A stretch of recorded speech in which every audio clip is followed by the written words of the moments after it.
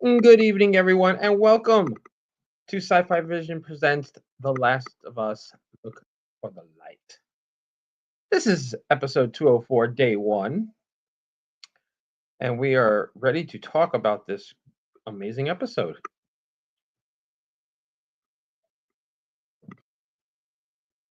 Uh-oh, Muncher doesn't look happy. Why are you not happy, Muncher? Karen, are you having audio problems again?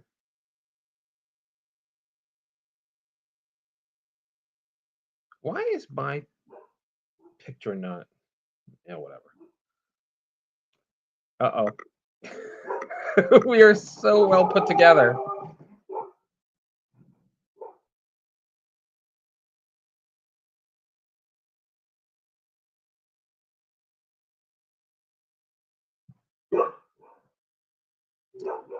All right, Karen doesn't, or yeah.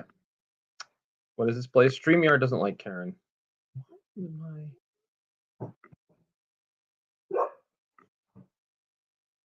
No, it doesn't want to show my shoulder for some reason.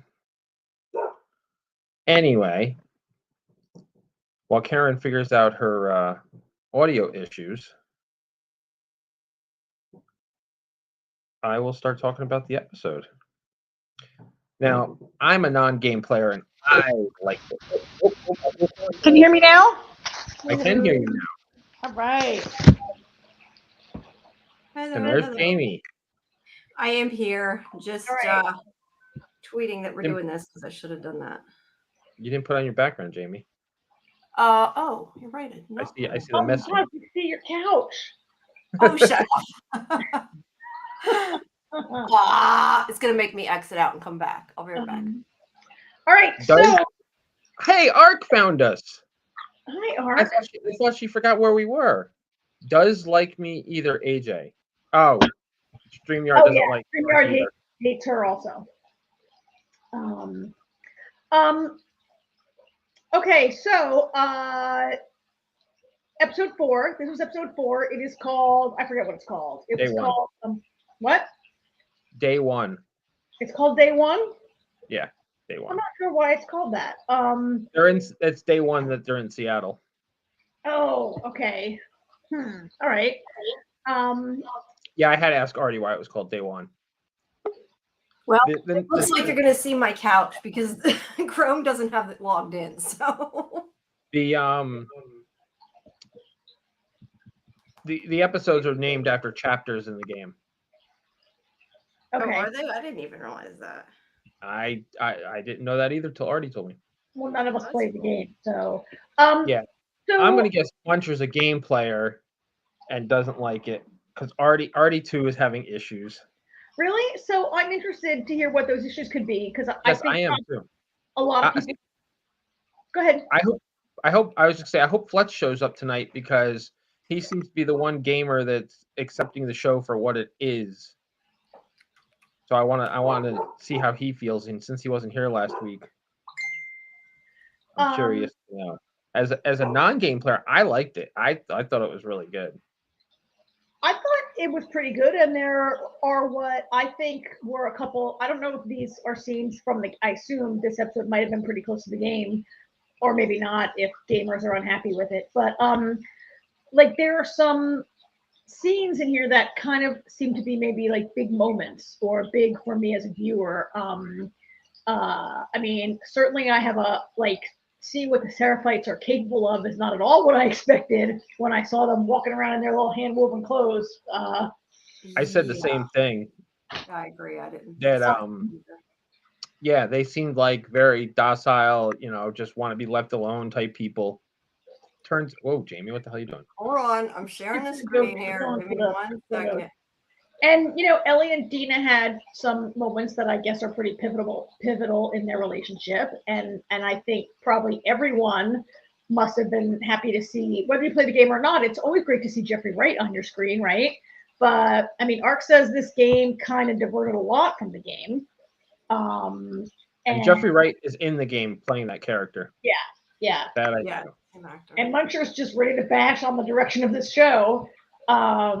So, and you say Artie as a gamer maybe didn't really like this episode. Not maybe, he didn't. He liked the episode, but his biggest problem, I guess, is Ellie is very different in the show than in the game. In the game, she is very angry and hostile and just raring to go all the time. And what we're seeing on TV is a softer version of her. That's interesting because I find her generally angry and hostile person, and rash and impulsive. She's worse in the game, I guess. Maybe they had to tone her down to make her a more sympathetic TV character. Like in the game, you play as her, right? And well, in the game, you're killing everybody because you're the one doing the shooting, But you play as her in both games, right? At different times. So, like, are you like in her shoes more? I don't know. Michael feels like she is pretty similar to the game. Now Michael feels like she's pretty spot on as a character. Personality. Hear that? Yeah, that's just so interesting how people who even like play the game, Art feels she's not as violent as the game. Is any part of this as violent as the game? I mean, it's a pretty violent game, right? Yeah, I don't know. I feel though like if it was as violent as the game, there'd be no story. It'd be all shooting because, I mean, to some extent, you're going to have a lot more killing just because it's a video game, no matter what you do. At least I would assume so. I mean, this game is known for heavy story, but yeah. Yeah, there's still a lot. The big thing with the conversations that Artie and I have had is, adaptations, anytime there's an adaptation, somebody's going to be upset because they're looking for a certain version of it, and you're not always going to get that, and sometimes it works and sometimes it doesn't. Conversations that I've had with Artie basically were that he feels that it's not doing the game justice and that they don't trust that the audience is still going to watch if they go the same route as the game.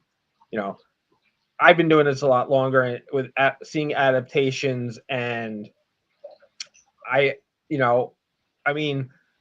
feel like what a lot of these TV shows do is season 1 of an adaptation is like spot on. Look at Game of Thrones. Game of Thrones, spot on from the first book. And from there, all hell broke loose. Not that it was a bad thing. There were certain characters in Game of Thrones that I feel, their storylines were just dropped that are still going in the book. Not that we're ever going to get the resolution with the book of Game of Thrones. Walking Dead, same thing. First season, pretty spot on, diverged from there. Which, again, isn't always a bad thing because I understand what they're trying to do. They're trying to make gamers and a new audience happy, and you're going to piss somebody off, Yeah, I've said before, I think that if they made it too much the same, then they'd be complaining because there's always going to be something people are going to complain about. I think it's nice that they deviate somewhat so you can enjoy it even if you've played the game and hopefully you still that's true. If it was just a total recreation of the game, then what's the point? And they'd be complaining it's boring, and I wouldn't blame them. Yeah, I mean, to be fair, AJ, when you talk about Game of Thrones and Walking Dead, I mean, both of their creators became distracted by other things over the course of years. Like right now, we've got the creators of this game are like really highly involved and in control creatively right now.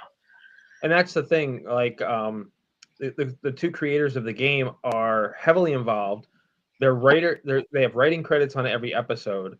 And some of the stuff Druckmann has said flat out that, these are the decisions, certain things. Like I know that the last week's episode with the taking more time to mourn the dead was something he specifically wanted to do because it's not something you can really do in a video game.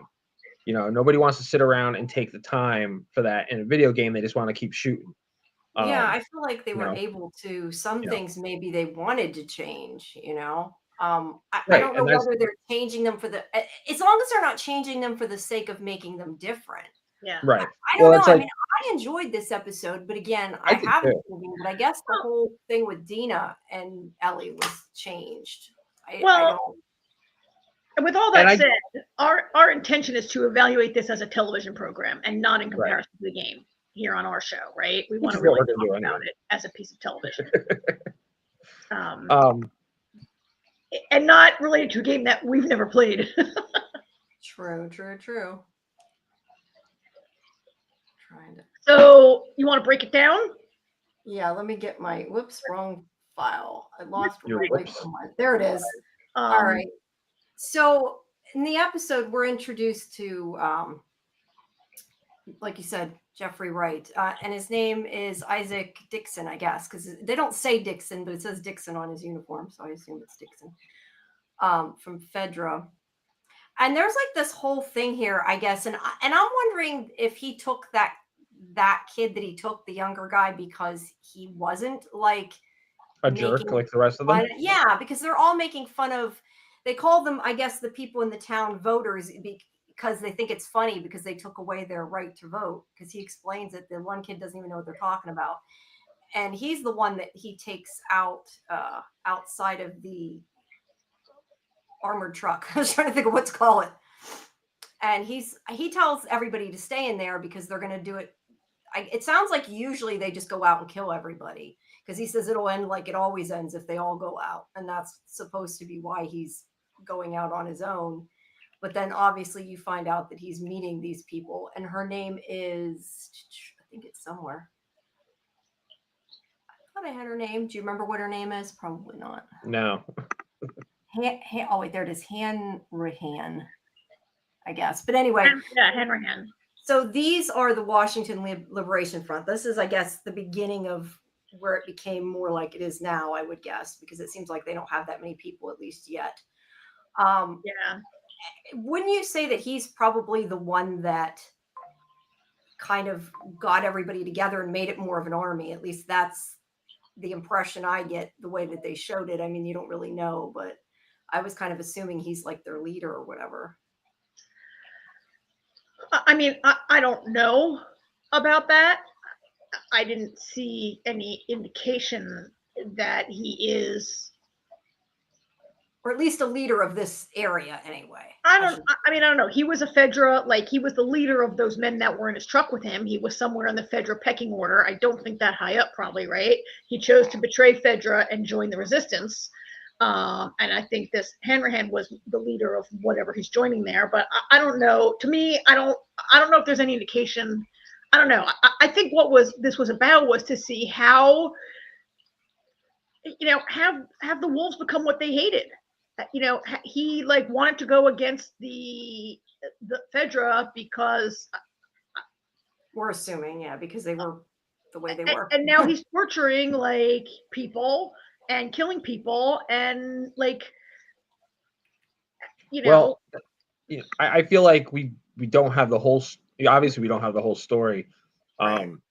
But the Seraphites clearly are not as innocent as they made them look last week. I mean, you heard him. He was like, "You attacked us first. We attacked you first. We're not playing this whole game. You broke the truce, and now we're gonna slaughter y'all." Basically. Well, they're both blaming each other, so they're probably both. And that's what I'm saying. It remains to be seen who did what. Yeah. If it will even be seen, these kind of conflicts, I think it's Drucker who has talked a lot about how influenced he was by growing up in Israel and the, aside whatever your politics are, the cycle of violence that has perpetuated in that region over a long period of time. And like,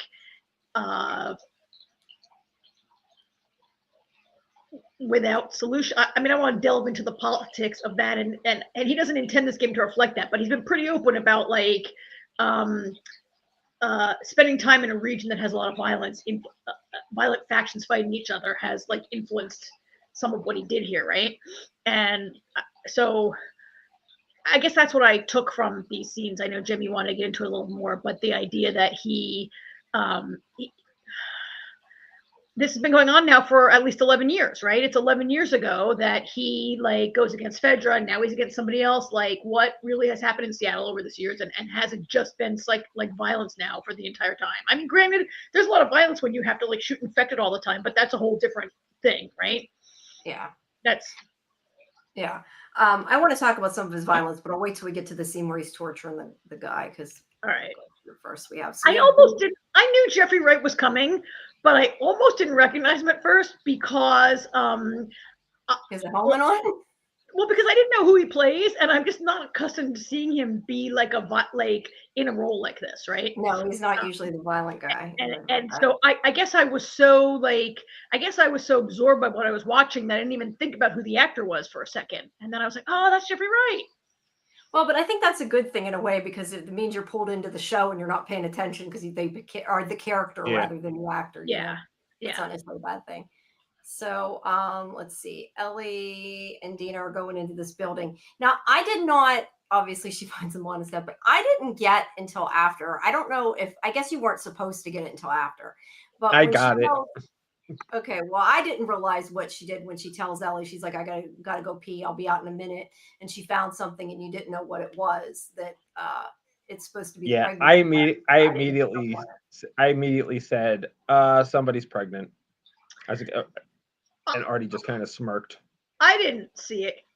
And she's been puking, but she puked when she saw like dead bodies, which is kind of normal.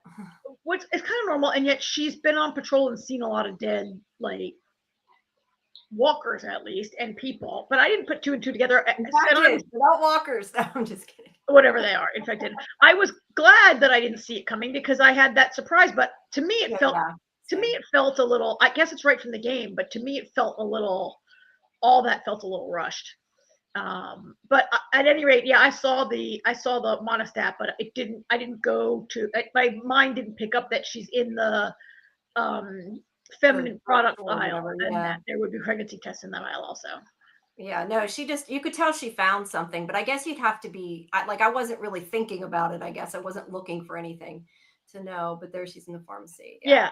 Ark is among the people that knew as soon as she. To be fair, on TV, when they throw up, as soon as they throw up, you should probably know they're pregnant because usually they are, right? Well, I like the way they played it, where she threw up because of the dead bodies, but then later she does say, she's like, I had a feeling. She's like, not only was I really late, but I've seen plenty of dead bodies and I've never thrown up, before. I love the reveal when she's like, how do you know you're pregnant? And she like shows her the pregnancy test, and she's like, yeah, but this is probably really old, and then hands her 3 more. I know, that was funny. Mm-hmm. Sorry, man. Looking at that photo Jamie has up, how great were all these visuals? Like, I thought they did a really good job of making Seattle look like 25 years reclaimed by nature. Yeah, that's what I was gonna say. I love how you get that kind of like nature's overtaking everything. I'm sure it takes a lot to do that. I mean, probably the backgrounds and everything usually are matte paintings or whatever, but that definitely looks like a set that they altered or created. It's probably just they added stuff on top of the buildings, but it looks really good. Yeah, did you guys ever watch this show that was on TV years ago called Life After People?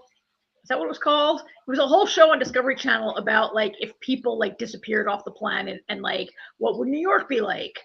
And well, with nobody pumping out the subways, this would flood. And then like what would happen to the whatever? Like it was and they would do all these like visual simulations of like crumbling like cities or whatever.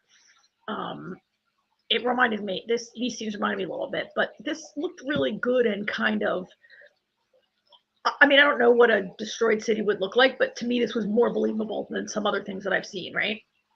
Yeah. Well, I'm assuming the whole Seattle Day 1 thing is probably from the game, the way that they're dating it that way. Yeah. But I think it was a little confusing at first. Like you had to really think about it, that the other thing was 11 years ago, but they're in the present now. At first I thought there was another time jump. I wasn't sure, but there's like not. It's just they switched from the flashback. But they're at this place and they find a lot of dead people. We'll get to the flag in a second. They find dead bodies in tanks because the place has been, Fedra's been destroyed. But I was going to ask you, what do you guys think about this? Because a lot of people during, I know at the chat, were commenting the fact that they didn't know what a pride flag was. I mean, I know that like the pride flag was invented like long before this, but you have to think about the fact that like I would assume became more popular, I guess, now, and like for 20 years or whatever, the world's been destroyed. They don't have internet, they don't have TV, they don't see, the media and that kind of thing talking about it. I don't know. What did you think? Well, Ellie and Dina were born into this. They weren't, you know what I mean? They weren't around back then. And the way things are now, where people just kind of accept things without making a big deal about it, except for Seth, it's not surprising they have no idea. You know what I thought was funny, though, was she's like, what's with all the rainbows? And I was like, she's got a rainbow on her jacket. I know. I noticed that, too. Yeah, I don't know. I just wondered that, like, they wouldn't have taught them about it in school, but... Why? Really? I really... Edra? Really? I guess that's true. I thought it was really quite believable that maybe believable, hopeful. I'm hopeful that if we're faced with eradication of the human race and we all have to pull together to kind of survive, like maybe these kind of identity kind of issues, and like whether or not, okay, Seth does have his opinion, but maybe it's not when you're fighting for as a group to survive, maybe like and you're forming like your new town council or whatever, maybe like accruing rights to different groups of people, it becomes less of an issue, maybe. That's kind of what I'm thinking. Yeah I don't know. It just seems like a lot of people were questioning it. That's why. Let's see. Because people are thinking in the now. Yeah. They're not thinking about the fact that Ellie and Dina were born into the end of the world. They weren't. They have no anybody under the age of, 30, pretty much, really wouldn't know. Right.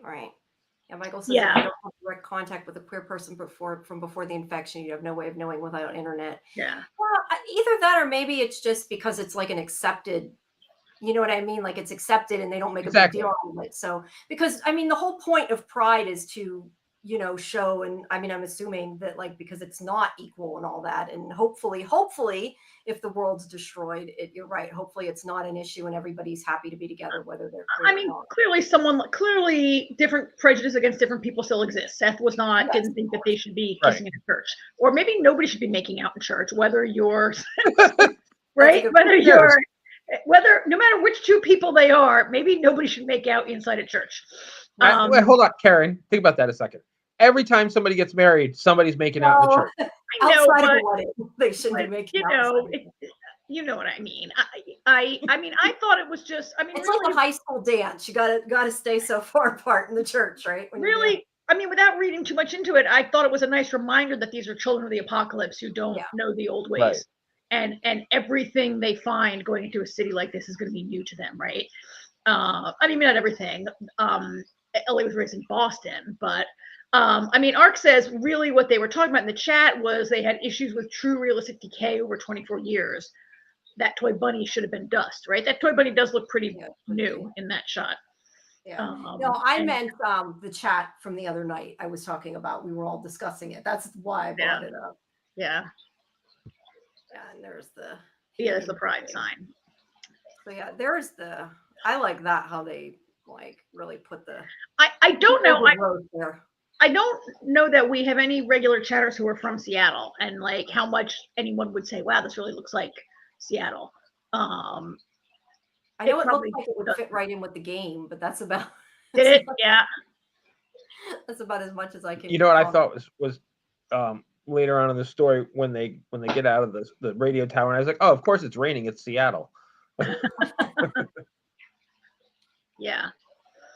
So there's the Fedra people.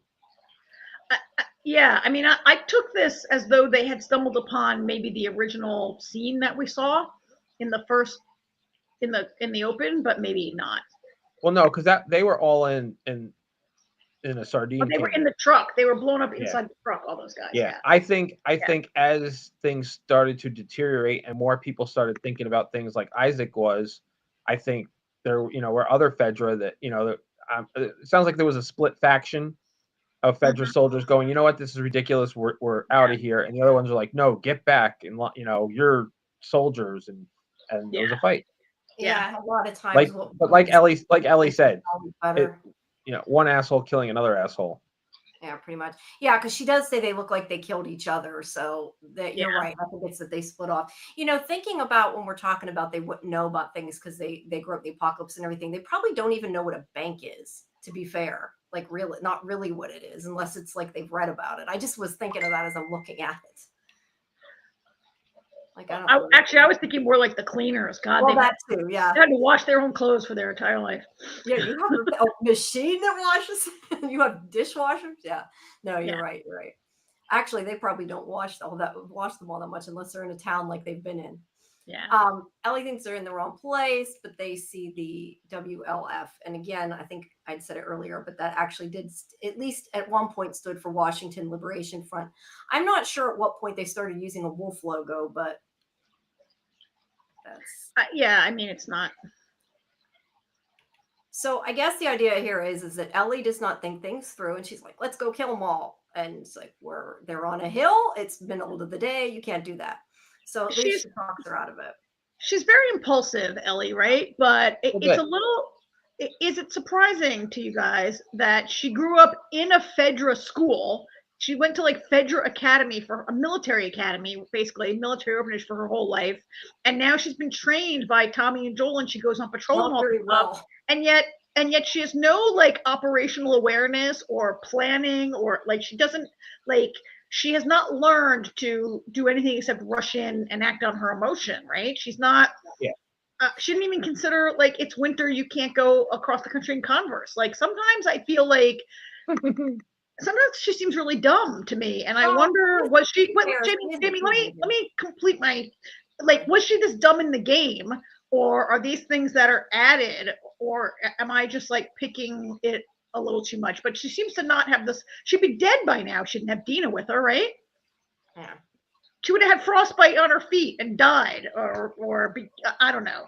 Maybe not from frostbite. You would die from maybe losing a few toes. But I feel like she isn't able to make the slightest plan. Yeah, I was going to say, I do try to think of the fact, though, that she is a teenager, and we've many times complained about how stupid teenagers are. And yeah, she's more stubborn, and I think right now she's also in the mode of vengeance, and she's not really thinking straight. Like maybe if they weren't going for the express purpose of killing Joel's killer, maybe she would be thinking a little smarter. I don't know, but you're right. It's been 5 months since he was killed, right? Like he wasn't killed yesterday. And yes, she's still angry and upset, but like no, like she has to have Dina say, they have the advantage of the higher ground. Like, really? They didn't teach you that in your 9th grade Fedra class? Like, it seems to me Ellie just rushes into everything, and the fact that she's immune to the infected, I think just makes her that much more reckless. Yeah. And and I mean, yeah, and she's and it's not even that, like, it just makes it like her whole outlook on everything, even with humans with guns. She's not that worried about getting hurt. Well, just you couple that with the fact that she's 19 years old and the mentality of somebody at that age where we're indestructible. Golden Child says she was not this immature in the game at this point. That's why it makes no sense. And I think, thank you, Golden Child. I think immature is a really good word for her, as I see her on the screen. See, I disagree with that. I don't think immature is the right word. Oh, really? Yeah, I don't see her as immature. Just not.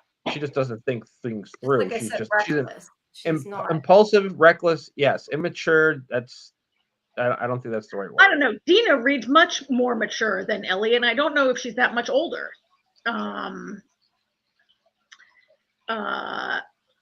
Even if they show Joel in flashbacks, it won't mean anything because she obviously hasn't grown up by anything he may have taught her. Yeah, I mean, it's been a 5-year jump, and Ellie doesn't seem to have changed that much from we last saw her when she was 14. Yeah. Right? Yeah. Um, I do think though her being immune is probably a big part of it though, because she's not worried about getting hurt. but I she mean, she was is told worried before about getting hurt. I mean, ripped apart, but she's not as worried about getting hurt. I mean, Marlene told her in season 1, you're not immune from being torn apart. You're not immune from being like ripped apart by the infected. They can still kill you. You won't die from a bite. You might die if 20 of them tear you to pieces with their teeth, right? Like she's like, yeah. I feel like the infected on the show are far more dangerous than like say the walkers on Walking Dead who because you can outrun them. Definitely faster. Well, and the infected are smarter on the they're kind of smarter. Like cordyceps is smart, I guess. But I mean, she's not. Being immune. Do you think she really doesn't understand that she's capable of dying? Like, I don't get that. She knows. She totally understood it in the boxcar. Yeah. I've said before, I think her recklessness is going to get somebody killed because I do think she's not careful enough, partially because she can't get bit. She can get bit. And I think it's going to get somebody else bit instead. I guess, but even if you get bitten, you could get a nasty ass infection and die from gangrene, even if you don't get cordyceps, right? Like I think yes, there's a level, but I think she should have outgrown it by now. And that's why I agree with Golden Child that I see her and she hasn't learned anything. She hasn't changed at all. Like 5 years haven't gone by emotionally or temperamentally or maturity wise to me as I see this character on the show. Yeah. No, I agree. I just think a lot of times though, teenagers do really stupid shit because we are always complaining. I'm just thinking about like Fear the Walking Dead when we were complaining so much about the two main teens and how stupid they were for the things they did. Sometimes stupid things, but she is extremely reckless. And anybody who's listening to us who's raising teenagers would say the same thing, right? But she's 19. She's not 14. Right. Yeah. And she's old enough now to know better. Okay, as a parent of a 22-year-old, trust me, there's a difference. Yeah.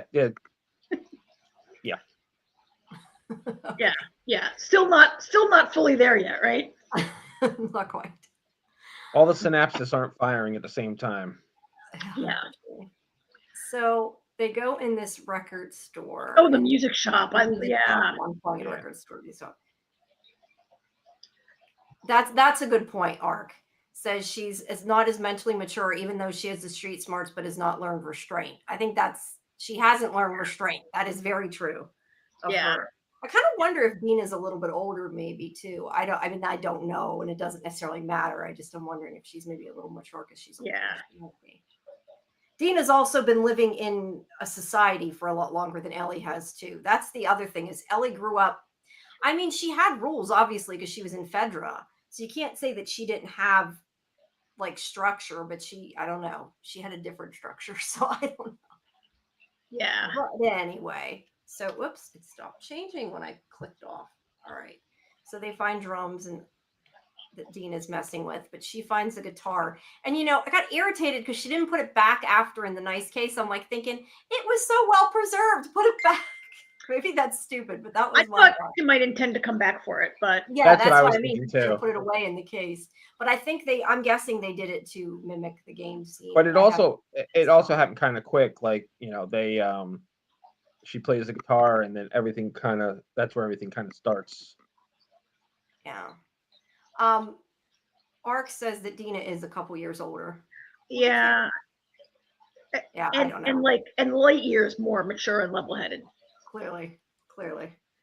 But so anyway, I'm told this scene is direct from the game and that Ellie sings in the game also. I don't know if she sings this exact song, but this is from the she does. Right? Well, I think so. Who knew Bella Ramsey could sing? I thought she had quite a sweet voice. Yeah, I think she actually has a YouTube channel playing guitar and singing songs. Oh yeah? Oh, I did not know that. So she plays. Is it called Take Me On or Take On Me? It's called Take On Me. Jamie. I It's a one-hit wonder. we're just showing our difference in age because Yes. like I remember like this video from MTV, and I remember listening to this. I have that the music video is burned in my head. Yeah. Yeah, I don't remember that much. I know the song, but I don't know it enough that I Fly the Aha. Yeah. Fly High. It's Aha's biggest hit, but they kind of had a lot of hits in Europe. It was their only hit. Their only hit in America. They're Swedish or Norwegian, I think, and they had a lot of play for many years, and they're actually still together. Really? Yeah. But this was their biggest hit in the States and internationally. Michael said the scene was very precise. It made him very happy.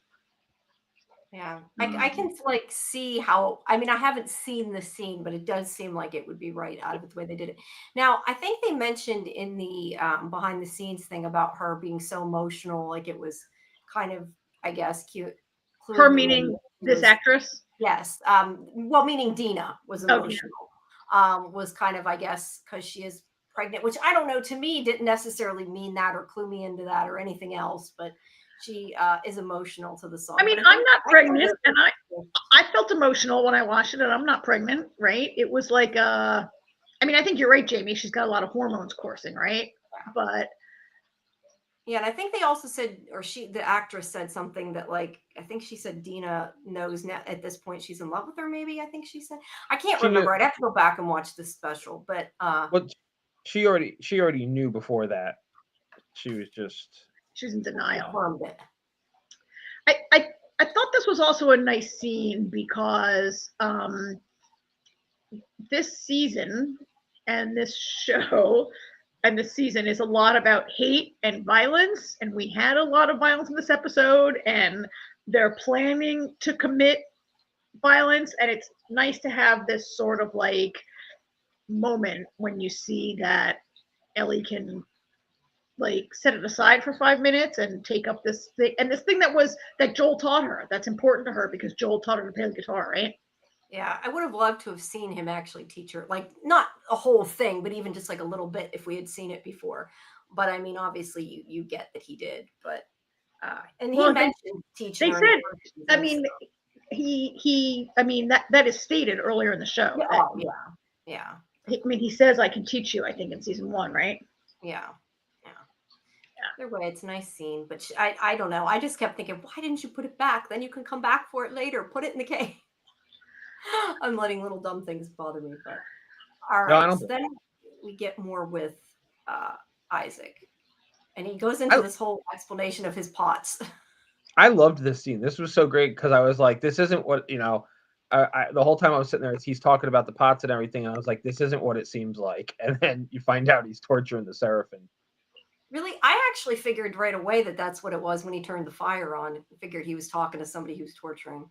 I mean, I didn't know it was one of the Seraphims or whatever, but Seraphites. I'm calling it Seraphims. Seraphites. Seraphite. But yeah, I kind of assumed that right away the way they filmed it. What did you think? No, I didn't expect that his character was a villain necessarily. And the last time we saw him 11 years ago, he seemed to be on the side of less oppression. And those are some sweet pots, right? And he's pans, and he's talking. He finally got his pots. Yeah, I didn't at first expect that, but then, I mean, what gives it away is the longer he goes on and on and on and on about it, right? And then he starts sounding like creepy and weird after a while. Yeah.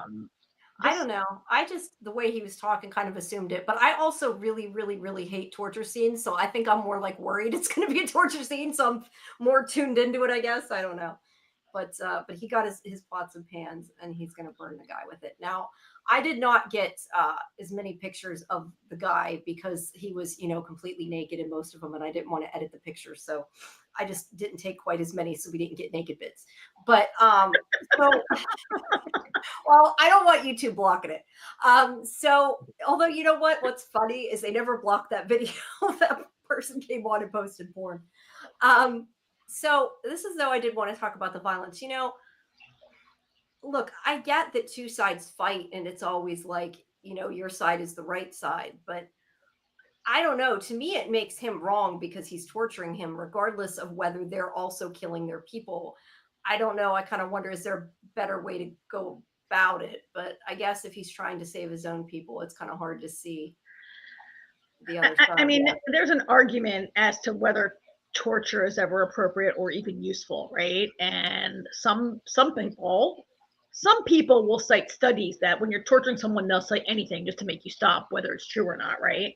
Right. Other people might say that torture is effective. I think it was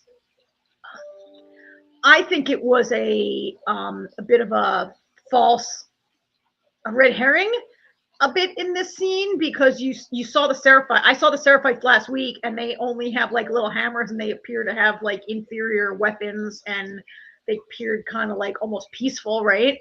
And we see this poor naked guy chained up and being tortured. And then later in the episode, we'll see what the Seraphites are capable of also. And those people were disemboweled, and who knows if they were living or dead when they were disemboweled and hung up there, right? Like, that could have been a horrible, horrible death for them also, right? Yeah, I think that's, and I can't remember where I read it, somewhere in something I was reading. I think that they do that as part of their religious thing, like they're freeing their souls or something when they, I mean, not that the people were okay with it. I don't mean it like they were committing suicide, but that has to do something with their religion or whatever. It's still barbaric, right? It is. Oh, it definitely very much is. And Golden Child's right. He's psycho. Yeah, I don't know. I always hate torture scenes no matter what. So to me, he's in the wrong. And like, I can think about it and think, okay, well, he's trying to save his people. But I question, yeah, it clearly didn't help. The guy didn't tell him shit anyway, right? So it didn't help him. He could have just killed him. Torture scenes, it depends on the scene. In this case, and we don't know the story. We don't have enough information. I mean, in general, is torture wrong? Yeah. But the other thing about torture is also torture is more it's more a psychological thing, at least it should be, because the moment you physically do something to somebody and they survive it, now they know they can survive it. Yeah. So it loses its entire it loses all its power, because you're like, I'm going to burn you with this pan. And he burns him with it, and now he can survive it. And then, he goes to do it again, and he turns around, and the guy's sitting there with his hand out, waiting for it again, because he's not going to talk no matter what he does to him. Yeah. Which was nice that he just shot him in the head. Then he's like, okay, I lost this round, and just shoots him. Also, in this case, like Scar, let's just call him Scar, which I do want to actually talk about. I'm calling them Scars, but this guy is a religious fanatic, it appears, right? And so he believes whatever he believes, and he holds out his hand for more torture. He's got a belief that whether he believes that I don't know what he believes, but he's so committed to his religious belief that he's willing to take this pain for that. And you can't torture a person out of that, right? Right.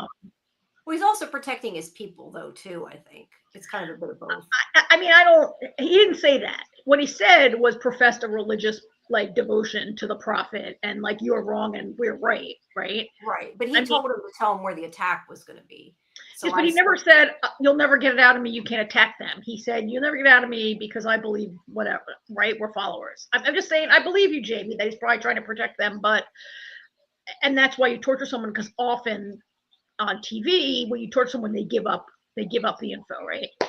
Yeah. So I believe you, but what he really gives us, what he says in the scene is like religious fervor, or I'm calling it religious, whatever culty thing they're into, which I don't know yet, right? No, yeah, you're right. But they go through this whole thing where he's like, you killed children. Well, you killed our children. Well, you made your children shoot us. Well, that's because you were killing. Like, the thing is whoever broke the truce, I think, is the one that's to blame. And we said this though in one of our other shows, though, that like the violence is going to keep going unless somebody stops, and they're going to keep fighting each other. So at this point, yeah, I don't know that necessarily makes them the bad guy. Well, the other side the bad guy. Like, they're still both fighting, they're still both letting their people kill children, as they say, and or killing anyone. The survival of the human race is threatened, and these people are fighting over territory, maybe, like we don't, or differences of opinion. Sure. We don't know yet what they're fighting over. But I think you're right, Jamie. I agree with you that this scene is really about an endless cycle of violence that no one knows how it started, no one knows how it ends. And what were we watching recently when a character said, "Violence never stops until someone says enough"? Wheel of Time. Wheel of Time, right? It was Wheel of Time. Yeah, someone said that. But I think this also parallels Ellie too, though, because it's like Ellie and Abby and the whole cycle of violence. I think it's kind of showing the same thing. Well, that's kind of the whole point. Yeah. From what I'm getting from Artie is that's the point of the game is the cycle of violence and who's going to stop it. I mean, but this is interesting. Ark says that in the game, Ellie actually kills the Seraphites, including the little girl. Okay, I had no idea, and that does seem like a major deviation. Yeah. Right? Yeah. I guess from what I've heard, I guess in the game, Ellie and Dina are walking down the road, and the Seraphites just start attacking them, or something like that. That's what I heard. I don't know if that's accurate. See, though, I prefer in that sense that they did change it, just because I think in the game, Ellie is too violent without question. And like I said before, if it's a video game, the point of the video game is to kill the opposite side. So that's going to happen no matter what. But in a television show, like, I don't want to see it get to that point, I guess. So, like, I would rather her not be the one that's just, like, indiscriminately killing everybody. So if they change that, I like the change, I guess. But not that I've seen it or played it in the game, but I still like that they did, if that's the case. Yeah, I mean, if if AJ, what you've heard is correct, and it probably is because nobody in the chat is correcting us. I mean, to have her be attacked, like, then kind of puts the Seraphites in a different light, right? Like, you've attacked Ellie, the main character, so, like, yes, she's going to retaliate in the game and fight her way through, right? At this point in the show, like, this guy seemed, of course, also making him vulnerable like that, naked on a tile floor and chained up, makes this character very vulnerable, even, right? And like, kind of like, I just feel like a little sympathy was generated for this guy. Yeah. And then they held off until later, seeing what the Seraphites. I want to talk about them because I'm a little skeptical that they can't defeat the wolves. Have tanks and they have bows and arrows, and yet they're able to, like, wage this kind of well, they have guns war. Too. You said you taught them how to shoot guns, so clearly they have guns. Well, all we heard was he said, like, you shoot us with you shot bows and arrows, you shot arrows at our kid, like. Oh, I thought he said something like you shoot it. I didn't know he said shot arrows. You shot arrows. He shot a little boy with an arrow. Yeah. He says, right? Isaac he's very adamant about the fact that he's like, we have tanks and guns. You have rocks and arrows. Okay, you're right. All right. Yeah. Yeah. And yet, so I was a little skeptical that they are this much trouble for a superior force like this, but. Well, I mean, anybody's, even a mosquito's a nuisance. Yeah. That was the other thing, though. I did think he's interested. It's interesting, though, when he said that they're going to win, and he's like, you said, why, when we have tanks and everything? And he says that because one of you always, gives up and turns into one of us, but one of us never turns into one of you. I thought that was kind of interesting because, yeah, I'm sure some of them do leave that group and become religious or move away from it, hoping to move away from the killing. I'm guessing if they leave, it's probably why. Well, this may not end up that way. It's unclear to me also if, like, is there a population of Seattle? Like, 11 years ago, we saw Seattle was a Fedra zone, and people are living there being normal people, and Fedra is the government, right? Now Seattle seems pretty empty, and like, is anybody left except for like these few wolves, or are they like governing a population still? I don't know. I assume that they destroyed Fedra, and it's kind of like with Kathleen, the resistance won that area. That would but there seems to be nobody around, right? Like, Seattle is not like Boston was like a well-populated city when they left it, right? And Seattle seems to be pretty deserted. But they did tell us earlier in the season that like Fedra cities are falling, and that's why so many people are coming to Jackson, right? There's like more people at large in the country as these Fedra strongholds are. And we saw Kansas City fall last season, right? Yeah. Yeah, that's true. A lot of them could have made their way to Jackson that would normally be there.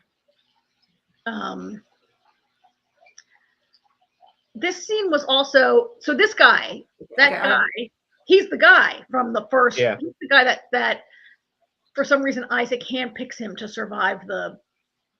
Yeah, Isaac gives him a choice. He's like, you know, you can follow me or you could be dead like them. And he decides to follow him. But now this guy has gone from being that scared kid to like he has no emotion and doesn't even care that he's torturing people. Because it's that other guy that I hit a couple minutes ago, this guy that does not like what Isaac's doing. And you know, this guy, because he's a normal human being who doesn't want to watch torture. Yeah. Yeah, but he's obviously been changed by what's happened now. Yeah. And it was very like, so this is what I mentioned earlier. He calls him Scar, like they just called him Scars. He just calls him Scar, and he says something like, "Scar, I'm glad he killed that Scar. Like he doesn't deserve to live." They're like, the depersonalization of your enemy, right? And that they're not human beings, they're the Scars. They're like, you know, this othering, which is so common in like different kinds of disputes. And like that cycle of violence is either perpetuate when you don't think of them as like people that you're fighting and killing, right? Yeah. Right. The last remnant, again, the last remnants of the human race. And it's very depressing to think that.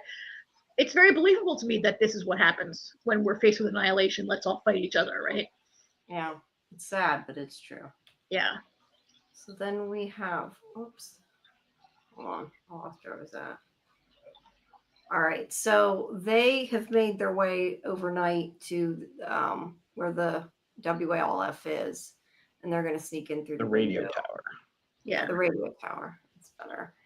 And at least they waited till dark. But they sneak in, and then they start to see the soldiers that have been killed. And I think this is where, again, I didn't take a bunch of pictures of the gore just because I don't want YouTube to block that was giving me total Silence of the Lambs, AJ, wasn't it? Yeah. Jamie, have you seen Silence of the Lambs? Yeah, a long time ago. I didn't remember. Did they hang somebody? There's a scene that, when Hannibal Lecter like escapes and he like has killed this guy and he hangs him from the rafters with like, and he's all like disemboweled also and hanging like that. It's a little more. It's in a church, right? It's a little more dramatic. Yeah. And kind of beautiful in a sick way. No, I know what you mean. Yeah. Well, this is showing that, and she knows by the quote on the wall or whatever. Ellie realizes that the Seraphites are the ones that did it. Yeah, they're killing. Yeah, because she says something like, let's see. No, she sees the symbol. She sees the symbol. But all she says is like. Well, she doesn't know they're called Seraphites, but she says the ones in the woods or something like that. She says, I think the people in the woods did this, right? Yeah. And Dina says, what the fuck is wrong in Seattle? Yeah, I know. We don't know. Something's going on. But yeah, so they're hanging people, disemboweling them. They're definitely violent, not like we assumed. And obviously not only using hammers and, aren't able to fight, whatever they are. Feel her love. And that's whatever the female, I don't know if it's a female god, if it's a person. Sounded like prophet. They referred to her as a prophet. But it sounded like it was somebody who was human that was dead from what they said before. So in this case, the WLF seems like maybe they're not the bad ones. So that's where it's hard to tell. There is no bad and good in this. Right. Everybody is bad. There's no bad, right? So your side is always the right side, right? So this guy ends up attacking her, and Dina ends up shooting him. I kind of almost wondered if they would have been better. And I don't know, because obviously they don't want to get caught. But if they had thought they were going to get caught and like surrendered, these people would have known. Oh, hell no. Seraphites, but they doesn't matter. They're Abby's people, so that ain't going to It happen. doesn't matter. Hiding and getting the hell out of there was the best move. No, but I'm just saying, like, if they had gotten caught and they surrendered, I don't think that the wolves would have automatically killed them, because I think they would have known they're not Seraphites, clearly. Oh, are they cannibals, Golden Child? I didn't think that they were cannibals. That's an interesting development. Cannibals are definitely the worst, for sure. For sure. I agree. No, I think he's saying the cannibals from season 1 were bad. Because you said there's no good or bad. It's just yeah. Yeah, they were bad. So they crawl. They're running away from the soldiers, because I think I skipped the part. The soldiers come in and find the other bodies, and that's why they're running away. And they crawl into the like sort of the sewers, I guess, but it's through the wall. Karen disappeared. Yeah, it's a subway. Yeah, subway. Subway. Oh, it's an old subway station. Yeah. And this is when the fun starts. Yeah, the soldiers are throwing flares, and they hit some cordyceps, and then it all goes to shit. And I think she's supposed to be listening for the clicks, I'm assuming. She was counting the clickers. Yeah, and there's like 5 clickers at least, and that's really bad. So yeah, this is going to. So the second time I watched that, I rewatched that scene, and I was like listening for the different like voices of the different like click. It was kind of cool how they each had their own voice and unique sound that Dina's learned how to listen for. Yeah, well, they're all, that's how they move around, is that sort of like echolocation, not exactly, but kind of. So they use clicker location. Yeah, clicker location. There you go. So they end up on the subway, or subway train, and getting stuck inside with all the clickers outside, and eventually they make it to the top. I thought this was a great action scene. Escalator. It was. This whole scene was really, really good. Yeah, I think. Yeah, From this moment on until things slow down a little, I mean, it was just bang, bang, bang, bang, go, go, go. And I'll say this, about Ellie. She was scared shitless. She remembered what Marlene told her, because she was like, crap. Yeah. This scene was well done because, look, I know Ellie can't die because she's the main character, and yet I felt the tension of like, is she gonna be able to get away? Are they gonna get her? Like, can they get out of this? Like, I really. And I wasn't sure Dina was gonna make it. So. And it's funny. I felt the same way. Like, I know, Dina's not gonna die, but when the turnstile and she's trying to get through, and all the infected show up, and I was like, oh my god, I was like, what the hell? I was like, how are they going to get out of it? And then Ellie takes the bite. Yeah, I thought that was really smart. I mean, because then she had a chance to kill it, and she didn't even have to say anything. I mean, Dina went and did kill it and didn't like freeze like she could have, thankfully. But that actually was really smart that Ellie did that, I think. Yeah. Because she won't get infected, and it gave gave Dina the moment she needed to kill it. Oh, so Karen, now that you have seen Ellie's arm better, do you feel better about it? And then they have a discussion where Dina says, I thought you burned it, and she explains that she burned it herself, and we do get a better look at it. It does look kind of burny. And so yeah, I like. Yeah, I kind of want her to go home and be to Tommy, I need another tattoo. I would just like her to say that when she walks up. I don't know why, but that's what I kept thinking. I want to see that. What was I going to say? Oh, Ark said there should have been airborne Seraphites to further contagion, and that was how Dina finds out Ellie is immune, not protecting her and getting bitten. Hated that change. Yeah, I believe, now they can correct me if I'm wrong, from what I've seen people say, I think her mask broke. They had on like gas masks and it broke or something, and she didn't get sick. Something that happened in the game? Yeah, the mask in the game causes exposure. Now, to be fair, they had explained, and this confuses me, though, I'll be honest. They had explained last season in the behind-the-scenes things why they didn't go with the spores. Some of it was logistical reasons. Some of it, I think, they probably just didn't want to have their main cast wear gas masks all the time either. But they decided not to do it. But it seems like from the next episode, they are putting the spores in. So I'm not sure if they changed their mind after the fact, or they just wanted to surprise people. Or maybe I'm wrong and it's not spores, but it sure looks like spores. How much do you wear a gas mask in the game? A lot. didn't expect to know that. A lot. Yeah, that's not good television. Right, and they said that right off the bat that the reason they made that change, like Jamie said, was because they're not going to have their stars running around in gas masks the entire TV show. Yeah, and they'd get infected too easy. But I just watched a show where everybody wears gas masks all the time. I watched this show on Netflix called The Eternaut, like eternal but astronaut, Eternaut. It's new on Netflix. It's an Argentinian show about an alien invasion, set in Buenos Aires, and there's like a toxic snow that's falling, and the characters wear gas masks like a lot in the show.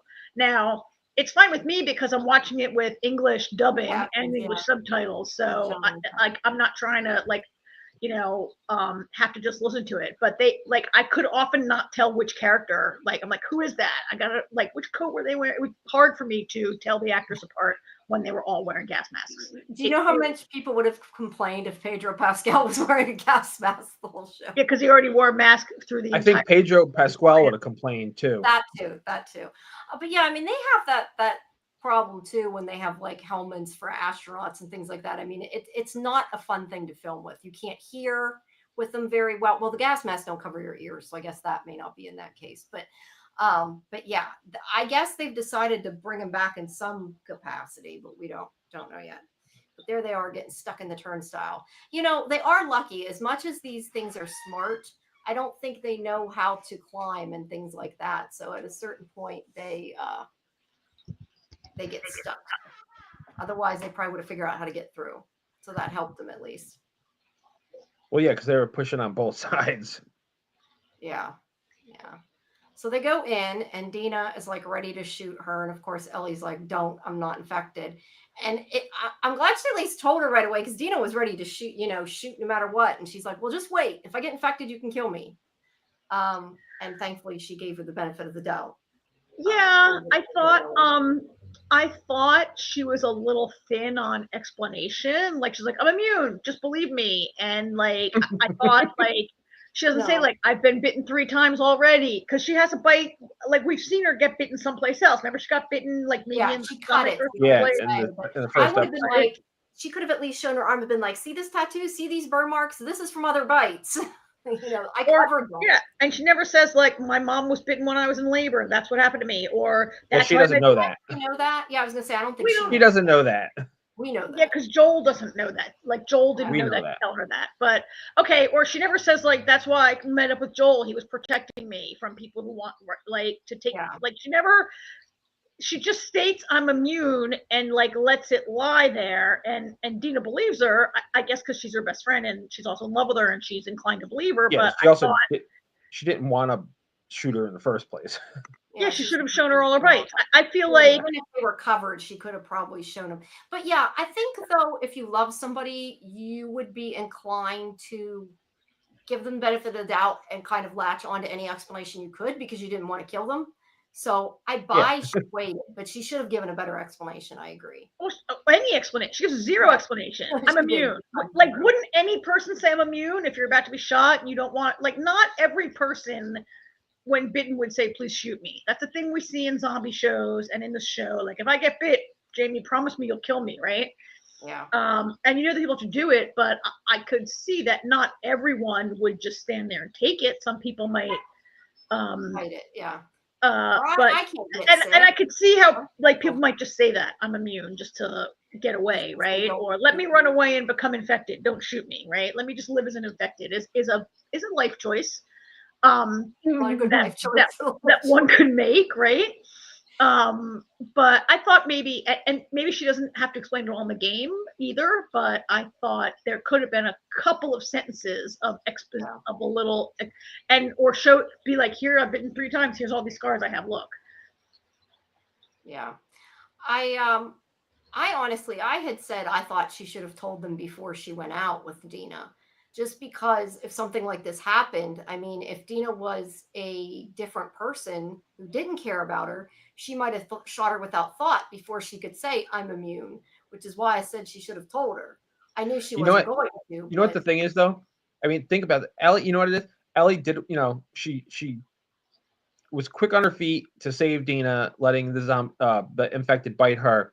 But after that, she didn't give it a second thought because she's so used to being immune and with somebody that knew that she just, no, that's why I thought it was kind of funny the way it played out, because she wasn't even thinking about it, and all of a sudden she's like, "Why do you have a gun pointed at me?" Oh yeah, you don't know that I'm immune. I forgot. Yeah. You can also realize that the person who's bit isn't as scared, and maybe there's a reason to. But yeah, I mean, I think it was quick thinking that she let it bite her, but that is why I said I think in a way that she should have told Dina when they went out. And yeah, Ark saying Tommy was adamant not to tell. Yeah, and I understand why they don't want to tell, because one, everybody thinks she's crazy, and two, they might try to kill her or harvest her brains or something. Tommy and Joel before that, and if Joel has told Ellie, as I suspect Ellie knows what happened in Seattle, then she knows the consequences of people finding out, right? That she could be experimented on, but going back, you guys talk about Ellie being so smart to take the bite and thinking on her feet, and yeah, there's that, but I wonder how much of that was just instinctively out of love to say, and would Ellie have done it? Oh yeah, absolutely. Even if she wasn't immune, would she have because I like how she says, "I would give my life for you," but that's not what this is. So she's like, yeah. It might have been, that's a good point. I mean, I think that she, like, that was instinct. There's no thought process. I'm immune. I can take this for her. I mean, yes, maybe subconscious, but right? Like, she just, boom. She, like, loves her. She knows she can take it. And I mean, you're right, but there's, like, I don't know if she would have done that for just Jesse or another person that she was. Probably not. Right? Probably not. Especially not Jesse. Maybe Jesse, actually. But she kind of did the same thing for Joel when they were where the clicker was. She kind of jumped on top of him, so she got it. So I think maybe she is thinking about it a little bit. Like, maybe you're right. It might be partially subconscious, but Ellie never knew what Joel did at the lab until the end. Now, see, that is what I want to know, because they have heavily, in my opinion, they've implied that she does know now. Spoilers are... I wish they would tell one way or another, because they had the thing where Ellie said she made up with Joel, and well, that was bullshit. She didn't make up with Joel. Yeah, well, and I said before, to me, when she said she talked to Joel, when she told Jesse that, it was unclear to me. I think you guys said that you thought when she said what happened with Joel that she meant with Seth, and I guess that was enough for her, so that she wasn't mad. I took it to mean they had a conversation, and that maybe we'll see a flashback, and that Joel told her, but it's not. We don't know. So, I also feel they've heavily implied that the cause of Ellie and Joel's estrangement is him telling her that he made that decision. That's my assumption too. Yeah, and we just don't. We're gonna at some point we're gonna get a flashback. Yeah. But yeah, in the game, her not knowing, that makes sense. But I don't. As for the show, I don't know. We don't have an answer. But at any rate, even though her excuse is flimsy, it works, and she shows her bite, and she does the whole thing like, I'm not shaking, and unwraps the bite and shows that it's not gotten worse. So clearly Dina knows that she's telling the truth. There was a part of me that thought Dina was actually asleep. Oh, in the chair at the beginning? It would have been even funnier, actually. Yeah, I was waiting for Ellie, like, walk around the side of her and have the light just stay where it was, and then, like, have her look and, like, see that Dina's asleep, which would have been worse, because she would have been like, Dina, wake up. And then she might have jumped woke up and shot her. Yeah. Would have been funny, but yeah, maybe not the smartest thing. But she right away knows, I guess, because her bite hasn't gotten worse, that she told the truth. She's like, oh, by the way, you have a secret, so do I. I'm pregnant. Yeah, and they make out a bit. And then they spend the night. And yeah, I think she says when she wakes up, she tells her that she's pregnant. No, she already told her she was pregnant. Was it before they went to sleep? No, after Dina stayed up all night watching her, and then she shows her unwraps the bite, shows her the bite, and says, see, I'm not infected. And Dina starts walking closer to her, and she goes, I'm pregnant. And that's when she runs in and kisses her. That's when they hug each other. Yeah. So, whoa, what just happened? Oh. That's weird. because my program is still up. There we go. So she does say, here, are you sure? And this is where she shows her the bite. But this is where, see, you can see the scarring of the burn. But wait, somewhere here is the pregnancy test, and then like all 4 of them. She's like, I took it enough times. And I do think it was funny when Ellie's like, I'm gonna be a dad. Like, that was just kind of yeah. She does. I mean, she does go, I think, very quickly. I know that in a video game, stuff has to happen fast, and you can't have a lot of conversation. Hi, Doc. Hey, Doc. She goes very quickly to like first kiss to like, oh, we're having a baby together. The three of us are having a baby. Whoa, what did I just do? Sorry about that. I don't know, right? Like that moves very quickly to like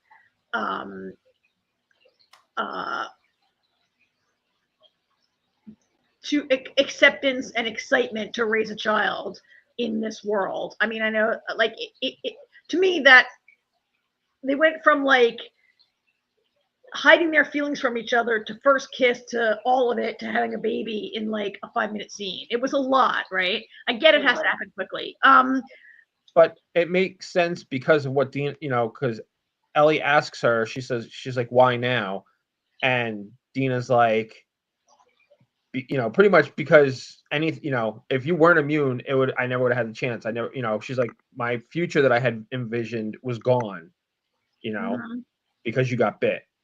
And then, luckily you're immune, so that future's still intact. And I love it when she's like, well, I already knew you liked me, or I already know how you felt about me. And she's like, really? She's like, I thought I was playing it off so well. And she's like, yeah, no, not at all.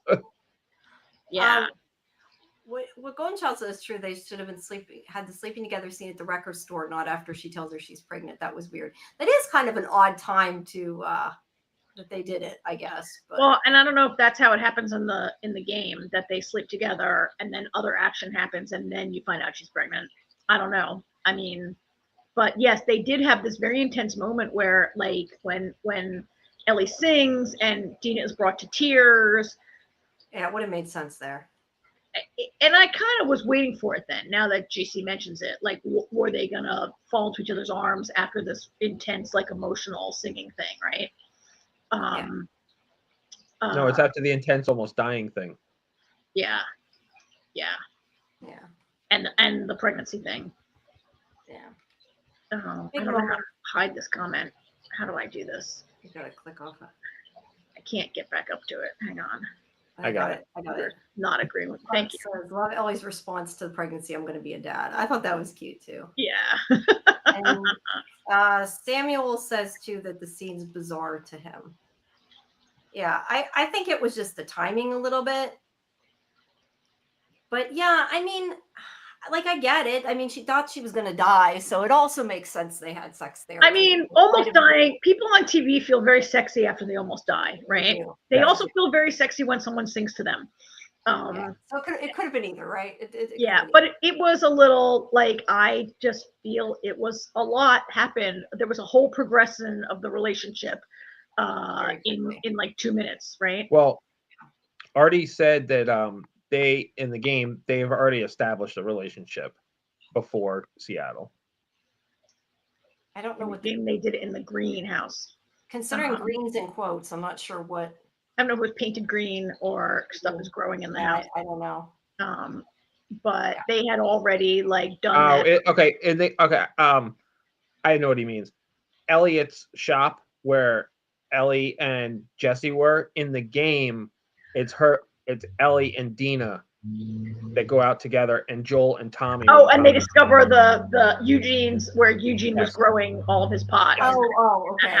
The pot house, in other words. Oh, so they did it even before they left Jackson. Yeah. Oh, it sounds like it. Oh. Yeah, that was one of the things that perturbed Artie. He's like, there's this whole thing that happens with them that's not going to happen now. It happened just a very different way. Yeah. I don't know. Which is why it feels like a lot. But I haven't seen the game, but it seems like a lot of people who played the game were annoyed they changed it that much. So. Yeah. My question, though, does it really change, like, the overall scope of what's going on, though? like the love scene was a little different in a little different order, but did it really change anything that it mattered? That people like, I'm See, not sure why that's people were so where mad. that's where the conversations with Artie and I have gone. It's like, we have watched many adaptations of things that have either pissed us off or, 'cause the ones that at least piss me off are the ones that completely lose focus and meaning and point of the IP. Most commonly right now with Interview with the Vampire, there's only one thing in the show that's still irritating me because I still haven't decided how it's going to play out yet. But overall, it's fine the way they've done it. So it depends from medium to medium. Yeah. I also feel like the fact that I've been doing this for so long and watching shit for so long, 18 verse 50, I've kind of grown to be a little more immune, I guess, to when an adaptation isn't. I've come better to accepting the IP versus the adaptation, and both can be good and different. Yeah, you just have to look at them as a different entity. Doc's saying that they were watching, him and Amy were watching, I guess, cutscenes for The Last of Us 2. And they thought it was low-key better than the shows, what Amy said. I think it might be interesting I said before I wanted to go back and finish watching the cutscenes, catching up to where I was. I kind of want to do that. I think it would be nice to go on YouTube and see that and then compare the differences, and we kind of see. Yeah, Samuel agrees with Doc that the gameplay is low key better than the show. The thing is too is that it is, if you haven't watched a lot of game cutscenes, the acting is really good. I mean, it's like watching a 3D animated, Yeah. movie or whatever. Yeah. Oh, gameplay movie. What the first? Oh, that's so someone has made one of those gameplay movies. So Ark and Samuel are discussing in the chat also this part where Dina knew she was pregnant before they left on the trip, and she didn't tell Ellie, so Ellie wouldn't make her stay home. Well, I think she might have known. Well, yeah, I guess she didn't know for sure because she took the pregnancy test after, so she had an idea but didn't know for sure. Well, yeah, I mean, they've been on the road for a few weeks. We don't really know when she got that idea, right? Just confirmed it with her 5 pregnancy tests or whatever it was. So they're making these little changes, which I guess in the grand scheme of things, I can see why changes are noticeable to game players and not everybody likes them all, but in the grand scheme of things, they got to the same point with these two by a different route, right?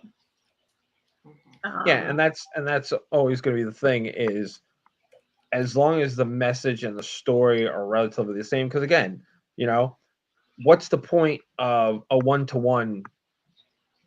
You might as well just go watch the cutscenes. Adaptation, yeah. Exactly.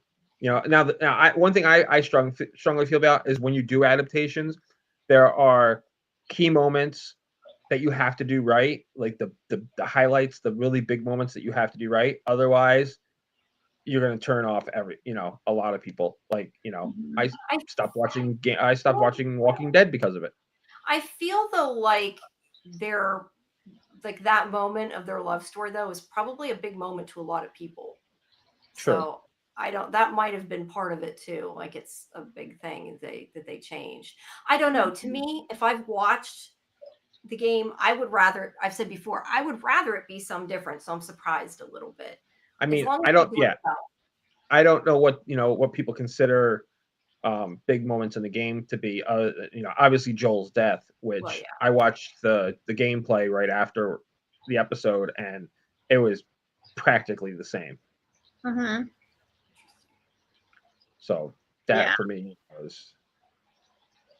I don't know what other people consider big highlight moments. So. Yeah, it depends. Yeah. Well, so the idea is that they on the radio. They heard something happening, and it looked like there was a little mini war going on in Seattle. Yeah, there was bombing. It's at Lake Hill, but they mentioned I I don't know which one it is. I don't have it written down.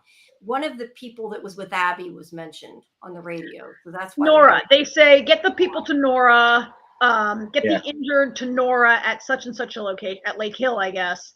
And you know, Nora was one of the people who were with Abby. They say Nora will know where Abby is. So they're going to try to get to Nora to, I don't know, torture her into telling them where Abby is. They're probably going to torture her to get Abby. Yeah. Michael says for him, the big moments of the episode of the music store in the theater. And yeah, actually, Artie, when they walked into the theater, he was like, wow, it's perfect. So apparently they got the theater just right. Well, but they changed the scene, so because the theater. I guess the theater itself is a big deal. Is in the game. At least it looked good at any rate. Yeah. But oh, do you hear that crazy person on the street outside my window screaming? I can hear something. Yeah, there's like some crazy people out there. You know, I live right near a college, and it's like in between finals and graduation right now, and things get crazy in the streets at night sometimes. Usually we hear the ambulances, I was gonna say. Yeah. Yeah, another big moment is Jeffrey Wright as Isaac. He's one of the few people who's playing the role they played in the game, right? There's some game people who've showed up in different roles, but he's the first person who's like playing his own role, right? Yeah. Michael says the theater is his favorite location from the game. Yeah, it's kind of hard for Ashley Johnson to play Ellie when she's a little too old now, and same thing with Laura Bailey, is a little too old to be playing Abby. Yeah.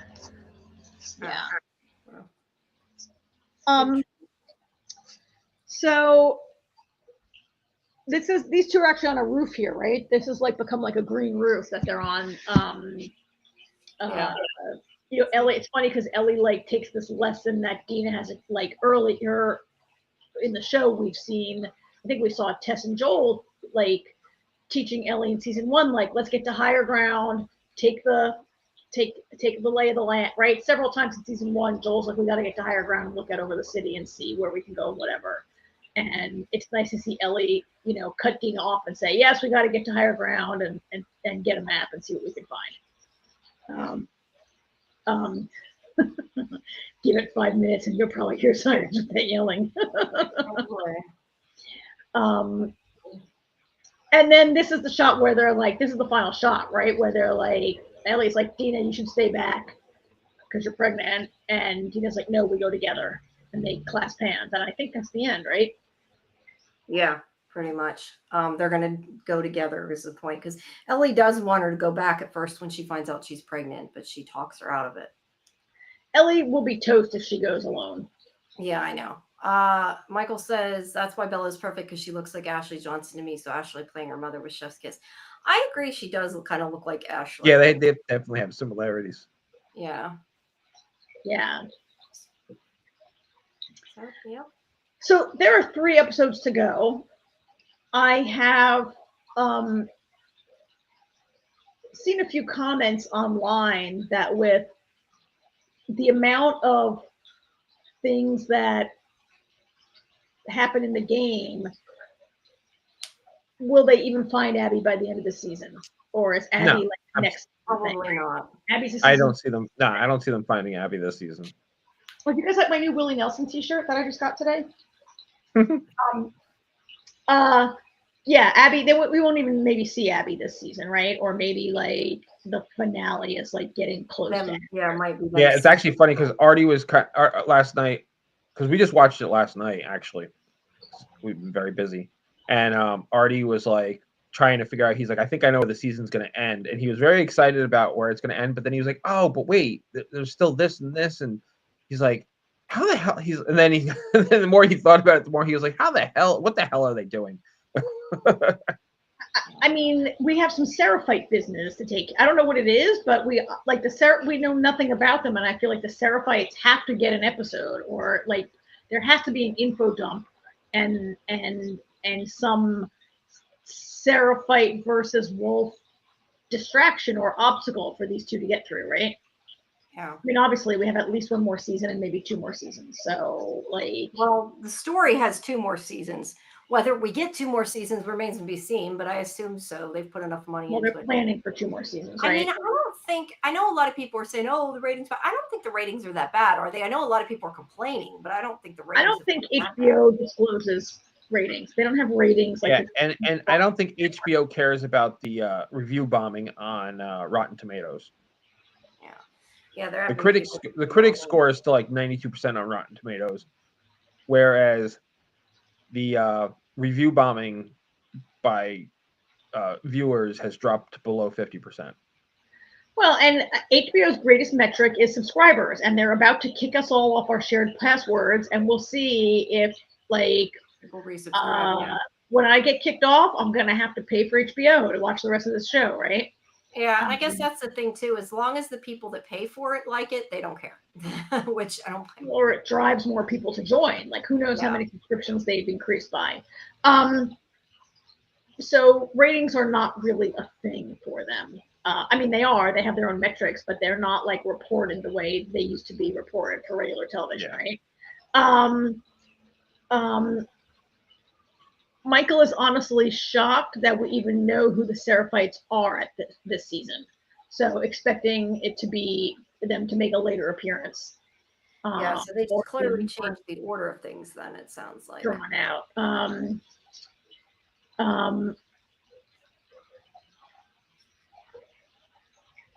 People review bomb the game before it even came out. That is true, right? Like, review bombing is such a ridiculous and insidious practice that many movies, I mean, like, look how Star Wars was also, like, review bombed in advance because, you know, The Acolyte was review bombed in advance, but that turned out to be truly not a show that we enjoyed. I mean, I remember She-Hulk got review bombed before it even came out.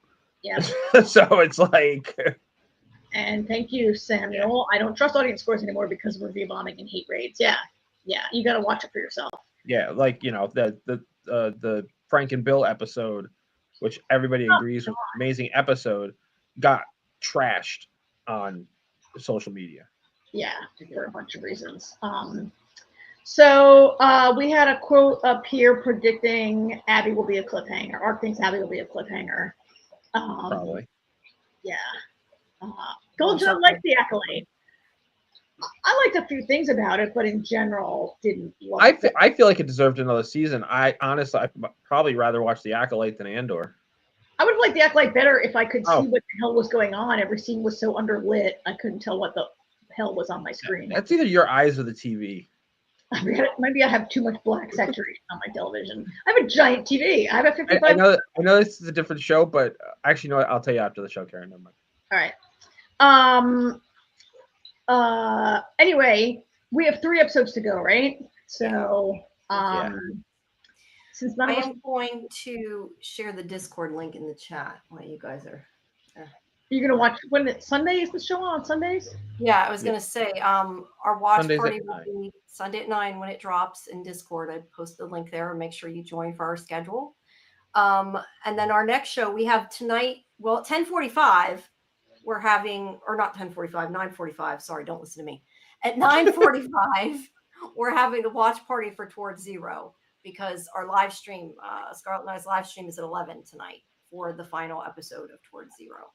All right, go out early. We'll be doing and soon we'll be doing the Librarians on Thursdays and Murderbot on Mondays, but that's like a week plus away. So look for that. And then, of course, we have on Monday and make sure you guys, I've said before, make sure if you're watching this on our sister network, NDB Media, make sure you subscribe to them as well, but make sure you subscribe to us because you don't get everybody's notifications if you're not subscribed to both.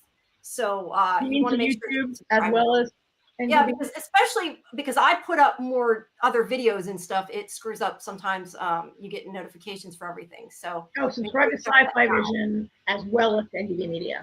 Yes, I should say SciFi Vision because if you're watching over there, you may not realize that. Yes, make sure you subscribe to SciFi Vision and NDB Media. And hey, Ark says this was an awesome review. Thank you, Ark. And if you think this was good, maybe you should show up Tuesday night when we talk about Doctor Who. Yes. Ark is Ark is a Whovian, so I don't know where the hell she's been the last couple of weeks. It's a busy schedule. I sat in for Ark on the Andor show again on Sunday night because I think Ark is working hard lately. Well, you can always stream it out. Apparently hardly working if you got to fill in for her.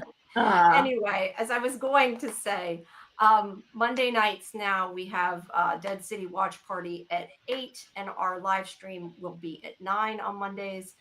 And then Tuesday, of course, at 10 is our review show. All the shows are mixed review show.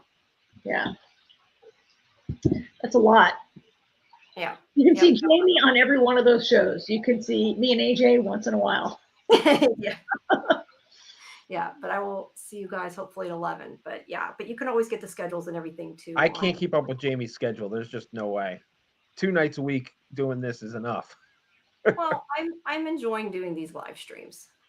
I just need. I know you are, and we enjoy that. That's my point. I just got too much going on. Yeah, well, there's a lot going on. Let's see. Samuel likes the story of the first game. Michael likes the story of the second game. Yeah, I haven't seen the end of the second story, so I can't comment. But I like Artie loves the story. Yeah. Artie's actually also said that the fan base of the game is very split. It's you either loved the game or you hated the game. There's not a lot of middle ground with the gamers. Right. With the second game. No one can keep up with Jamie. No, Jamie does way too much stuff and doesn't get enough sleep. I still got to do the show tonight, and then I have a screener to watch it before tomorrow. So. All right. Well, we'll let you get to it. Yeah. All right, guys. I will see you in a bit over if you come to the watch party, and if not, hopefully we'll see you at 11. What's the watch party for? Towards 0. So we have one episode left. Yeah. All right. So. All right. All right. Good night, everyone. All right. Bye. See everybody Tuesday.